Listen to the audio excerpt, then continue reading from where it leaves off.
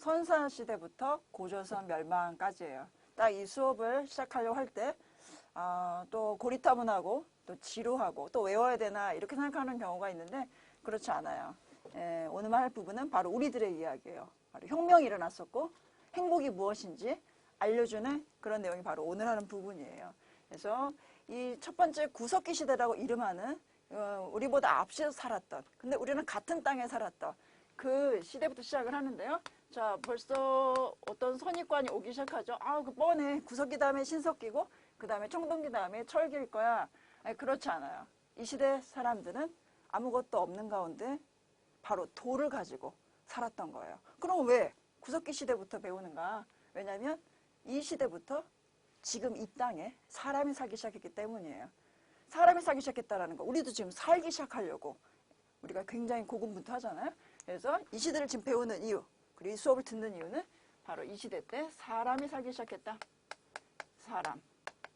여러분도 나도 사람이라는 거. 단지 이거는 외워야 되는 문제가 아니죠. 이 사는 문제니까. 사는데 추위가 있고 어둠이 있어요. 어떻게 살겠어요? 그런데 이 시대 사람들이 굉장히 지혜로웠고 우리보다 어쩌면 뛰어난 면이 바로 뭐냐면은 그들에게 유일하게 있었던 돌을 이용했다라는 거예요. 그래서 구석기 시대라고 부르는 거예요. 먼저 살았던 사람들은 구석기, 그 다음 신석기. 약간은 이게 서론 얘기가 길어졌지만 이제 사람이 살기 시작했다. 여기서 화살표에서 가시면 됩니다. 바로 추위가 있으니까 어둠이 있는데 바로 그것을 피할 곳은 동굴이라는 거. 좀 외우지 않아도 알 수 있는 추위가 있을 때는 동굴은 상대적으로 따뜻하다라는 거. 그 다음에 이제 먹을 것을 식량을 구하러 다녀야 되죠. 식량을 구하러 다녀야 되는데 바로 이동생활을 하게 돼요. 이것도 또 외워야 된다는 뭐 그런 건 아니겠죠.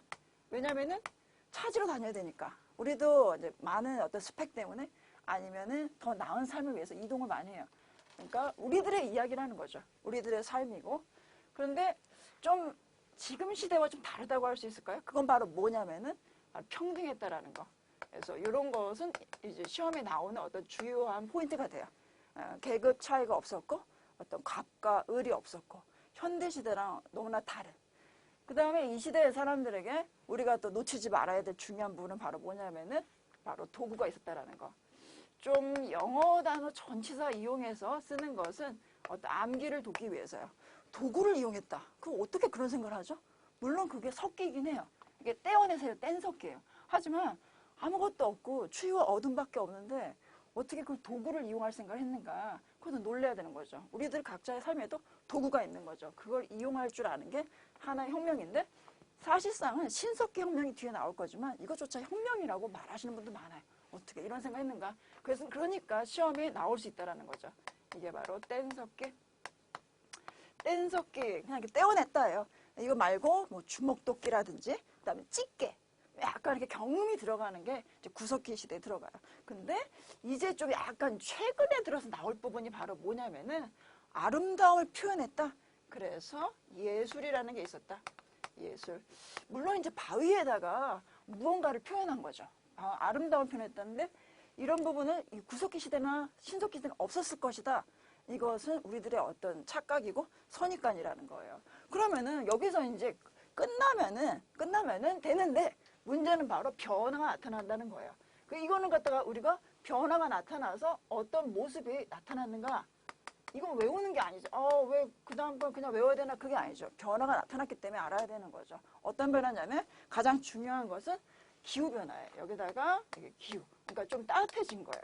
따뜻해지니까 환경 자체가 바뀌게 돼요. 환경 자체가 바뀌고 큰 동물은 이제 어떻게 죽게 되고 살지 못하게 되고 그다음에 농작물, 어떤 열매들이 땅에 떨어져서 그것이 자라나기 시작해요.